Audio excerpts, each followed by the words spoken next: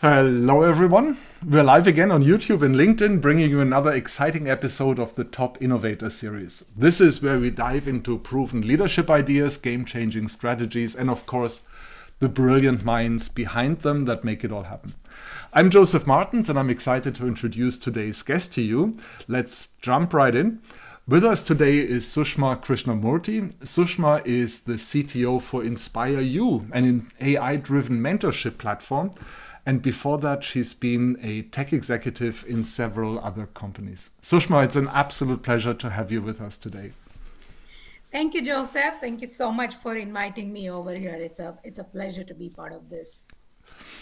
Leadership is the topic, like I shared with you, and people want to hear about your leadership journey. And let's start with reflections on your journey, maybe. Now, you have a highly accomplished career, and I'm sure at some point you've been asking yourself, why is that so? Or maybe you haven't, I don't know. But reflect with me on the journey you had. What do you think are some of the ingredients to your success? What has brought you to where you are today? Sure. So, whole through my journey of leadership on the tech space, right? It's always has been digital transformation or integrating the latest and greatest tech space into the organizations, right? One of the key thing that that has helped me through is every morning when I wake up, it's a brand new start. This is something I learned from my leader because when we were running in one of my previous company, our digital transformation, complete remodeling of the architecture, people, process, everything, right? So I would ask my boss and say, people are just coming at us saying, you're here to take our jobs or you're here to do this. So every time you implement efficiency, usually the people mindset is, oh, we are going to lose job versus thinking we are going to upskill, right? And we always got bombarded with these like, oh, Sushma, you're here to take the job away, or my boss, I'll keep his name away. So I would ask him, what do you do? Don't you ever get angry? He never lost his temper in the meeting, never, right? And I asked him, what do you never get angry? He said, yeah, Sushma, when I get upset, I go into my car, scream out loud, come back, all fresh. He said that, and I was like, does this work? And so back then I used to travel about an hour from my home to the office. And so that day while coming back, I screamed out loud, just screamed in my car. And that made me like, yes, I could rather do this than just beating my head against change is hard. People resist change. And especially being in a tech space, when you're trying to change the behavioral changes using tools, data driven discussions, it's a big, when you present a data that shows that, hey, we are not efficient or effective, or we are not performing the way we should have been performing, the way people consume that is, oh, they're pointing at us, right? Or they're saying we are not doing a good job versus taking it as a positive way to improve. So of course the emotional imbalance is very heavy then Right. because I've had people say, oh, Sushma, you backstabbed me. I'm like, backstabbed you in a professional network? How is that? You showed all the data that we are not performing. I'm like, no, that's not where we are going with it, right? So it's a balance, being in tech space when you want to drive change and go at it. It's a balance that you have to do. And I think what I've learned is, for whatever reason, every morning I start afresh. I forget what's happened yesterday. And so that has helped me push through a lot of my journey in the leadership. Maybe that's the main reason. It's a thick skin, is what I would call myself. Yeah. So, great. Many things I picked up. Certainly, not holding grudges is important, right? And I love the way you phrased it. Starting every day like a fresh day, and it took my mind on something. Tell me if it's the wrong one, but to really go to an empty space at the beginning of the day, to start from Yes. empty and nothingness, and also start the Nothing. relationships like that, right? Not Yes. burdened by something that by a Yeah. bad conversation we had yesterday or something that Yeah. went wrong yesterday. Okay, Yes. sounds awesome. How do you do it? I mean, I wish it could be done like this. How do you do? How do you do it? See, it hasn't been easy always, right? There are days when I just lock myself off of everything and just give myself, how do I go at it in a different perspective also, right? One thing that helps me like to be fresh every morning is my philosophy is people, when they react to change or when they react to technology enhancements, changes, AI, data, right? It's basically out of fear. It's basically out of it's they're not trying to be personal at me. They're just expressing. That's just their way of expressing, right? So I don't take any feedback very personal. Even if somebody told me like, hey, you're building the bad tech space, I'm like, great, tell me what is the better one, right? I don't take things personal because you need to pick your battles. And that's what that is. I mean, is it important for me to just keep thinking about what people told me yesterday, or do we move forward to make something better from a product Yeah. perspective, right? I think I've always been a person that nothing is as important as your mental wellness. So anytime anything happens, I always ask a question. Does this impact me mentally? If the answer is yes, I just throw it away. Anything. It's not even Okay. professional. Okay. Other things too. One of my mentor had asked me previously, this is what I ask others who my mentor is. By thinking about it, am I going to solve it? There is no solution if I'm going to keep thinking about what happened versus what can I do today, right? So those are some things. I listen to a lot of David Goggins. I don't know if you know, he's a runner. I do. I like to run. His speeches are wonderful. Yep. So I just plug that in, go for a run, Yep. and I'm done. Yep. Yeah. Yep. I do know him. My son actually stumbled across him, shared it with me, and yeah, He's well worth amazing. checking out. Yeah. I like this idea that you brought up there, the question of does this help me at the moment or does this solve anything at the moment? How do you do, and I get it with projects or with tasks, right? And we might be able to let go of something because it doesn't help me. But how do you handle this with people who you have in your life tomorrow as well, or who will maybe be there next week as well, and you reach the conclusion this person might not always help my mental well-being or might even be toxic for me? How do you deal with that? So I have my priorities set very clear for myself, right? What is important for me from a people perspective? It's not like others are not important, but who would impact me the most? It's my inner circle, right? Which is my spouse, my kids are the first, and then my parents are the second one. Anything that comes outside of that, there is a saying that it's always good to have few quality friends over a lot of, you know. I'm a very I take pride in saying this, but I'm a very effective worker. As in, I don't attend meetings where I'm not adding value. I don't connect and manage relationship where I'm not adding value or they're not adding value. Which means I'm not trying to say that the Yeah. relationship has to be there because I get something out of them. The relationship has to be there as long as I'm not getting anything negative out of them. Coming in the 40s, it's a realization that toxicity is something that I like to stay away, irrespective of what that relationship is going to be, because it takes a big toll on you, right? So is it very easy to just cut off relation? It's not possible. That is not. But I try to, based on scenarios, I try to see how I can react to a um, Yeah. certain changes or certain people or certain impacts, right? Because the only thing we can control is myself. And that's my philosophy always. I mean, probably after 35, that became my philosophy. Prior to that, I was very different. There is no doubt. Okay. Okay. Yeah. Let me ask you one more question about your leadership journey so far. What has helped you? So these are some thoughts, a philosophy.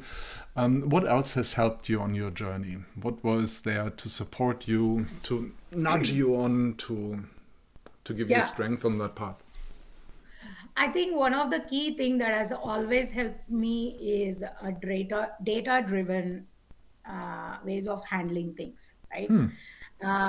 Because when two people have a conversation on a topic, it's just a conversation. But when you bring a data into the play, that helps you grow, because the data is talking a lot uh, about what you want to achieve. Because that has helped me a lot, whether it's negotiating with my boss for a higher role, or Yeah. whether it's talking to my team member for what's working, what's not working, or whether it's even to say whether the application or the product I'm building, is it making sense? I think one thing that helps us disconnect emotions from the discussion is data. And that has always helped me to keep my calm in this journey, right? Of course, there are a lot of mentors that Yeah. I've spent time with, trying to understand the situation scenarios. But the key thing that has always helped me is data, and always starting afresh. These are the two things. Let me just rephrase this, if you don't mind, right? It sounds like Yeah. facts have helped, right? Data, I'm going to equate this with Yes. facts. And Yeah.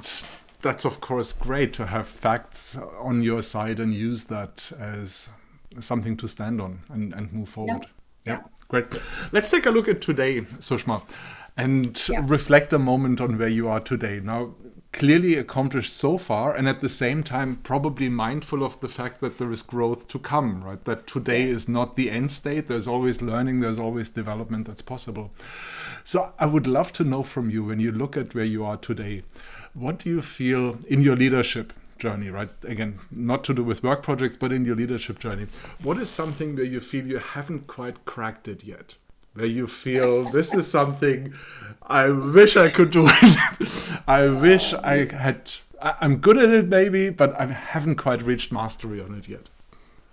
I still haven't cracked I still haven't cracked how to keep my emotions in check. It's not, although I keep saying, oh, this, right? But when the reality Totally surprised now based on what you said before. I thought, you've got a car, you've got the solution, just go scream. Yeah. So especially now as a founder of a company, right? Where everything has to be done yesterday. Now, all these mantras, philosophies that I used to tell bigger corporates when I used to be their, DevOps and technology transformation guru or whatever, I would say, oh, don't inject scope, don't do this or don't do that, right? And now when I'm building my own product, every evening I bring my engineer and say, could you just add this one line to it? And so, of course, we don't meet deadlines. And then I lose like, hey, why didn't we meet deadlines? And the engineers are like, you started adding scope, Sushma. And I'm like, oh, shit, did I do that? So I think when it comes to managing time versus scope, especially from a leadership perspective, I'm still just learning a lot, struggling a lot. Sometimes I do lose my calm when we are not able to meet our client needs, right? Because in this case, I'm in front of the client because it's my own company, right?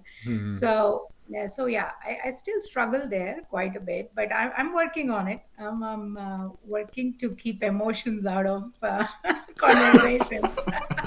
But this is fascinating. This is totally fascinating, right? And it goes to show that some of the real philosophies that we hold true, right? Like you shared at the beginning about your leadership philosophy. Sometimes that's exactly what we're working on because I keep saying, oh, I used to tell one of my peer used to say, you're like that bull in the china shop who makes everything, in transformation, that's what happens. I would say, no, why can't we learn how to handle scope? And now when I'm doing my own thing, right? Like, why can't I hold my own scope, right? Right. So yeah, I'm learning through the journey, and now with all these AI coming in play, that's coming to my journey too. So yeah. Got it. Now let's take a peek into the future. And again, not a question about companies, positions, or anything like this. It's about your leadership journey. If we were to meet in 5 years, 3 years, something like that, right? And I'm going to experience Sushma at her next level of professional, personal development. What would be different? What's the next level of your leadership journey going to look like? My next level of leadership journey is all around making an impact, right? I've been there, I've earned a lot, people networking or a value or a position for myself, right? My next 5 years is solely on driving an impact into the community on how I can give back what I have learned through it, how I can build more women in the tech space and the leadership space. I think you'll probably see me doing a lot of these philanthropic side of the world, especially with my platform being on that. So next 5 years is all about how can I help the community to grow stronger and better and give a better future for my kids. Okay, got That's it. my focus. Yeah, that's a clear focus, right? That's clear things to do. Yeah. Just to ask you a last question about insights of your journey, maybe. What is something that you've learned on your journey that's totally clear to you? Maybe an aha moment, an insight, something that was shared to you. It's completely clear to you. And at the same time, your sense is that not everyone sees it, that it's a blind spot for many people, but it's clear to you. What might be Could something you like just that? can you explain that a bit? I'm not Yeah. So maybe you had an experience in your journey and something became clear to you in that moment. Someone shared something, you had an experience in a project or with the way you were doing something, and it clicked for you. And it was a personal experience that you had that caused that click, that personal change for you. But not everyone has it. Not everyone has made that experience, and they might not see that. Do you know what I mean?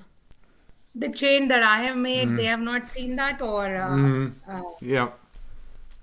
yeah. So something that I've realized over a period of time is people get highly intimidated when I'm talking to them with data. Okay. When I say data, it's facts, right? So you're talking facts. In my head, I'm thinking, oh, I'm just telling what's out there. So what's wrong in that, right? If somebody were to say, hey, your team has $200, I have no issue in listening. But not everybody is going to hear that, oh, my team has 200 defects or my team has 200, whatever. It may not be, it may come across as very intimidating because your facts that is supporting what you're talking through. I've learned that through my journey, and I'm been trying not to be as intimidating as I look or as I talk, because a lot of times they say, "Oh, you come across first thing when we see you." They say you come across like you don't talk to people, or you're very snobbish or whatever. But the reality is, I'm an introvert. So it's not that I don't talk because I don't want to talk. It's just I prefer just sitting and observing others. But that's something that I've learned. And now I've started to just be out and speak about me. I even wrote my book related to this. So, yeah, so I'm making that effort to not look like that. It's just me being introvert. That's it. So, yeah. Got it. You mentioned the book. Put in a plug for your book. Tell us the title. Tell us what it's about. Yeah, so the book name is Own Your Introversion. So I wrote about how we, the introverts, can own our introversion, so that people are not thinking that, hey, you cannot reach Yeah. out to her because she's not speaking, but it's more the culture and the nature of the person, right? So I just published that book last year, and it's on Amazon. So yeah, it's called Own Your Introversion. Thank you for that. Cool. Sushma, thank you so much. Thank you so much. There are many things that will stay with me. I loved the starting the day fresh and also finding a way to start relationships fresh on that day. And the image of you screaming in a car will stick with me as well. That was awesome. Thank you so much, Joseph. Yeah. Thank you to everyone who was watching today. It's a wrap for today. Don't forget that we'll be on YouTube and LinkedIn Live again to share the latest insights from top innovators. Be sure to like, subscribe, and follow us, and see you next time. Until then, keep your brain cells active. Take care, everyone.